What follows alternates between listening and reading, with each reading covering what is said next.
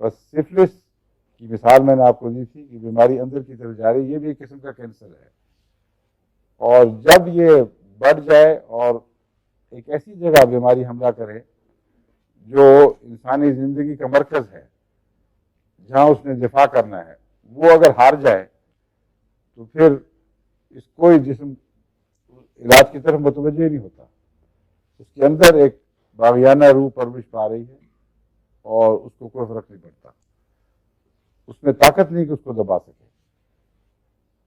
اس کا روحانی نام شیطان ہے۔ بس کینسر کو میں ہمیشہ شیطان کے مشابہ سمجھتا رہا ہوں، اور جتنا میں نے غور کیا ہے شیطان والی علامتیں اس میں پائی جاتی ہیں۔ قانون روحانی سے بغاوت شیطانیت ہے، اور قانون جسمانی سے بغاوت کینسر ہے۔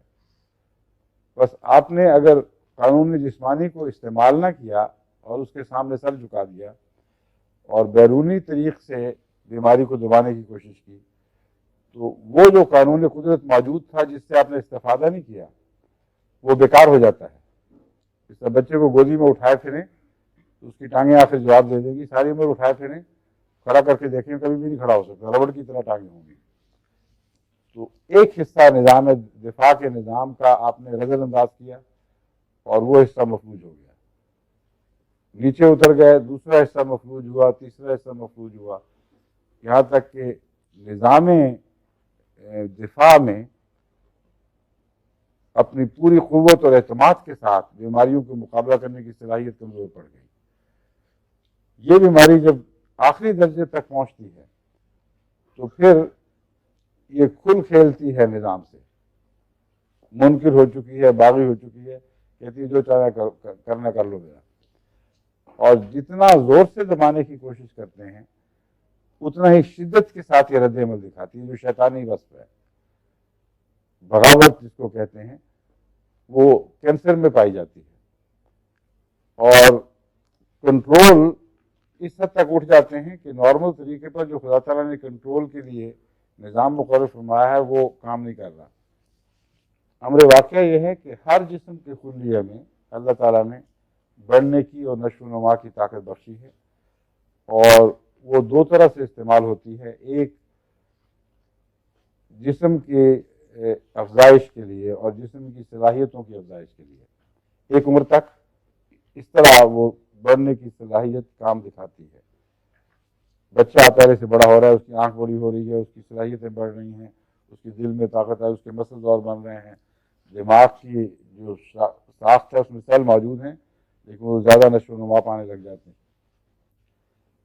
ایک حد کے بعد جسم کے اندر خدا تعالیٰ نے کمپیوٹرائز پیغام رکھے ہوئے ہیں کہ اب یہ بڑھوتی بند کر دو اور صرف ریپیئر کا کام کرو۔ جتنی گھسائی پٹائی ہو رہی ہے اس حد تک جتنا عضو میں کمی آئی ہے وہ مکمل کرتے جاؤ۔ اب ہمارے دانت روزمرہ گھس رہے ہیں، آپ کو پتہ ہی نہیں لگ رہا کہ کتنے گھستے ہیں، اور اس کے باوجود ان کا سائز وہی رہتا ہے، نہ بڑھتا ہے نہ کم ہوتا ہے۔ یہ جو دوسرا فیز ہے، اس فیز میں عموماً انسان اپنی زندگی کا اکثر حصہ صرف کرتا ہے۔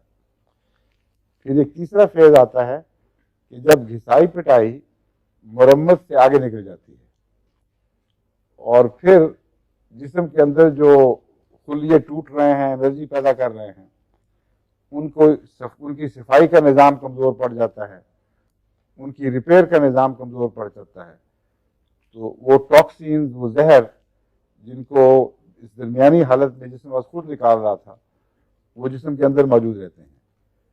یہ بڑھاپے کی طرف کا جھکاؤ ہے، اور جوں بڑھاپے کی طرف جائیں گے یہ ریپیئر ورک کمزور ہوتا جائے گا، اور جسم میں ہر قسم کے عوارض، کہتے ہیں 100 بیماریوں کا نام بڑھاپا ہے، پھر وہ بڑھاپے میں یہ چیزیں شروع ہو جاتی ہیں۔ اس کو مینٹین کرنے کے لیے درمیانی زندگی کے آپ کے عادات و اطوار بہت نمایاں کام کرتے ہیں اور وہ فیصلہ کن ثابت ہوتے ہیں۔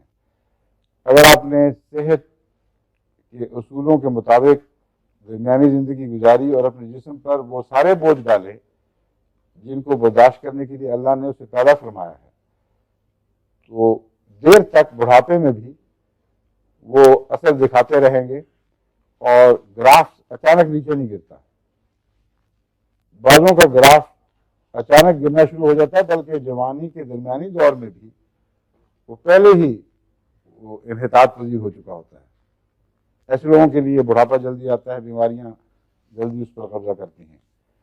تو یہ 3 دفاعی نظام ہیں جو اللہ تعالیٰ نے اس طرح پیدا فرمایا ہے کہ ہر سیل میں بڑھوتی کی طاقت بخشی ہے، اور اس بڑھوتی کی طاقت کو جسم بڑھانے کے لیے ابتدا میں استعمال فرمایا. پھر ایسے اندرونی پیغامات اس کو عطا کیے جو اپنے وقت پر آ کر ایک دم پھول کی طرح کھل جاتے ہیں، اور وہ حکم دیتے ہیں کہ اب تم نے مسلسل نہیں بڑھانا، بلکہ محدود طریق پر اتنی ہی بڑھوتی کرنی ہے جتنا نقصان پہنچ رہا ہے. پھر اس حصے کو آخر پہ پیغام ملتا ہے کہ اب تم تھک گئے ہو، کافی ہو گئی ہے، اب ذرا ہلکا ہو جاؤ. تو پھر جو گھس گیا وہ گھس گیا، جو زائل ہو گیا وہ ضائع جاتا رہا. اس طرح انسانی جسم کام کرتا ہے. اب جہاں بغاوت پیدا ہو جائے وہاں پہلا پیغام ہی وہ جسم کے خلیے اور سیل اس پکڑ کے بیٹھ جاتے ہیں. وہ کہتے ہیں ہمیں بڑھوتی کے لیے پیدا کیا ہے، ہم دوسرے نظام کا حکم نہیں مانیں گے. یہ ادنا نظام ہے، ہم اعلیٰ نظام کی پیداوار ہیں. ہم بڑھوتی کی خاطر، یہ وہی شیطانیت کہ مجھے تو نے مٹی پر غلبہ عطا کیا ہے، میں اس کو سجدہ نہیں کروں گا، بلکہ میں جس طرح میں بڑھنا پھیلنا میں بڑھتا رہوں گا، کوئی نہیں جو مجھے دبا سکے. بین ہی یہی روح کینسر کی ہے، اگرچہ کانشیس نہ ہو. اگر کینسر کو اپنا آزاد دماغ ملا ہوتا تو بالکل اسی طریقے پر سوچتا. اب وہ زخم جو ایک لمبے عرصے سے پڑ رہا ہے، جب کینسر بنتا ہے تو وہ جو ارد گرد اس کے خلیے مقابلہ کرتے تھے اور پھر ایک حد کے بعد رک جاتے تھے، وہ بڑھنا شروع ہو جاتے ہیں اور کوئی چیز ان کو روک نہیں سکتی. جسم کے اندر وہ جب بڑھتے ہیں تو دباؤ ہوتا ہے، شدید تکلیفیں پیدا ہوتی ہیں، کیونکہ اندر ایک چیز پھیل رہی ہے، اس کو کنٹرول کرنے کے لیے کوئی چیز نہیں ہے، اور اس کی ٹاکسنس کو بھی دبانے کا کوئی انتظام نہیں. یہاں تک کہ پھر وہ گٹھلیاں بن کر، ابھار بن کر قبضہ کرتے ہیں. پھر جتنا چاہیں اینٹی بایوٹکس دیں، وہ پیپ کی صورت میں پگھلتے نہیں، کیونکہ پیپ کی صورت میں وہ گٹھلیاں تب پگھلتی ہیں جب جسم کا صحت مند نظام ان پر جوابی حملہ کرتا ہے اور ان کو مارتا ہے، اور وہ لاشیں پیپ کی صورت میں ہمیں دکھائی دیتی ہیں. بس وہ جو گٹھلی ہے اس پر دفاعی نظام حملہ کر کے کامیابی حاصل ہی نہیں کر سکتا، بلکہ وہ عملاً دلچسپی چھوڑ بیٹھتا ہے. کیونکہ اس سے پہلے جب ایسی بیماریاں پیدا ہوئی تھیں تو آرٹیفیشل ذرائع سے اس نظام کی مدد کی گئی تھی. اسے مقابلہ سکھانے میں تائید کرنے کی بجائے اسے مقابلہ بھلا دیا گیا عملاً، اور عملاً اس کی دلچسپی مقابلے میں ختم کر دی گئی. چنانچہ جب یہ بیماری ظاہر ہو تو اس کی بلا سے پہلے بھی تو ہوئی تھی، جسے تم لوگوں نے آپ ہی کچھ کیا تھا. اب بھی میں جسم کہتا ہے میں پھر اسی طرح سویا رہتا ہوں، جو کچھ ہوتا پھرے، اور دفاع ختم ہو جاتا ہے.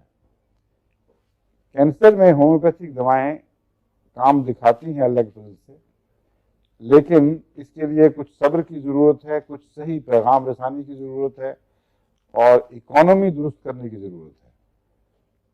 میرے تجربے میں ہے بعض دفعہ کینسر کا مریض، بلکہ میرا خیال ہے اکثر صورتوں میں ہومیوپیتھ کے بھی قابو نہیں آتا، لیکن ایک فرق پڑ جاتا ہے کہ اس کے لوازمات جو کینسر سے متعلق ہیں ان میں کافی نرمی پیدا ہو جاتی ہے، وائلنس ختم ہو جاتی ہے، اور کچھ نہ کچھ صفائی کا نظام حرکت میں آ جاتا ہے، اس کی ٹاکسینز آسانی سے باہر نکال دی جاتی ہیں.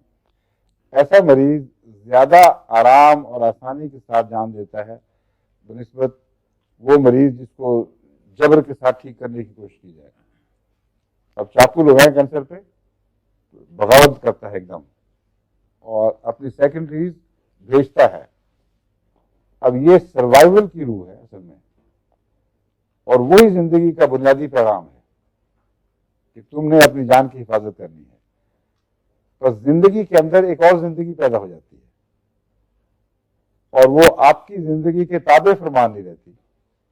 اس لیے ایک نیام میں دو تلواریں سمانے کی کوشش کی جاتی ہے، اور بغاوت کی تلوار اس لیے کامیاب ہوتی ہے کہ پہلے ہر دفعہ آپ نے جو دبانے کا نظام تھا اس کو تقویت دینے کی بجائے اسے کمزور کیا، اور اس کی صلاحیتیں ختم ہو گئیں. اس لیے یہ کینسر قابو نہیں آتا، جو چاہیں کریں آپ. جب دبانے کی کوشش کرتے ہیں یہ سیکنڈریز بھیجتا ہے، اور سیکنڈریز وہاں بھیجتا ہے جو پہلے سے زیادہ گہری بیماریاں پیدا کرنے والی ہیں. یہ گہرے بنیادی اعضاء ہیں.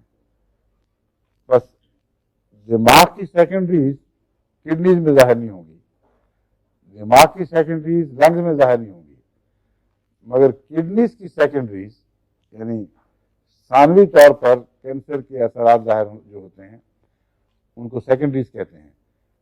وہ کڈنی سے لنگز کی طرف، لنگز سے دماغ کی طرف حرکت کریں گے. اسی طرح ان کی کچھ رستے مقرر ہیں. ہر کینسر کا ایک رستہ نہیں ہے. بعض کینسر کا دماغ سے کوئی تعلق نہیں ہے، وہ دماغ پہ حملہ ہی نہیں کرتے، اور ڈاکٹروں کو پتا ہوتا ہے کہ یہ کینسر جب دبایا جائے گا تو کہاں حملہ کرے گا. تو یہ جو کینسر کے روٹس ہیں ان کو چارٹ آؤٹ کرنا چاہیے، اور ان سے ان کینسروں کی یعنی کینسر کے بنیادی مزاج کو سمجھنے میں آپ کو سہولت ہوگی اور فائدہ پہنچے گا. دوسرے یہ کہ ہو سکتا ہے ان اعضاء کی بیماریوں کی اگر آپ کو اچھی پہچان ہے اور یہ پتہ ہے کہ کینسر وہاں سے حرکت کر کے وہاں پہنچتا ہے، تو ان دواؤں میں اس کینسر کا علاج ہوگا. مثلا وہ کینسر جو دماغ پر حملہ نہیں کرتے، اس کا مطلب میرے ذہن میں یہ بنتا ہے کہ دماغ پر حملہ کرنے والی جتنی دوائیں ہیں، جتنی بیماریوں کی دوائیں ہیں، ان کو ایک طرف رکھ دیں. ان میں غالباً اس کی دوا نہیں ہوگی. اور اگر وہ جگر پر آ کر ختم ہو جاتا ہے یا لمفیٹک گلینڈ پر آ کر ختم ہو جاتا ہے، تو وہ بیماریاں جو وہاں تک پہنچتی ہیں اور ان کے علاج کی دوائیں، ان پر آپ کو غور کرنا چاہیے. تو اب آپ کو میں نے یہ سمجھایا کہ جب ہم کہتے ہیں کہ بیرون سے اندرون کی طرف حرکت ہے بیماری کی، اور ہر وہ دوا جو بیرون کو درست کرے اور اندرون کو خراب کرنے میں ممید ہو، وہ نقصان دہ اور خطرناک ہے. تو اب آپ کو سمجھ آ جائے گی کہ کیا مراد ہے. یہ ہرگز مراد نہیں کہ کیڑے جو باہر کے تھے وہی اندر پہنچ گئے ہیں، کیونکہ وہ کیڑے بالکل اور قسم کے ہوتے ہیں جو حملہ آور ہوتے ہیں.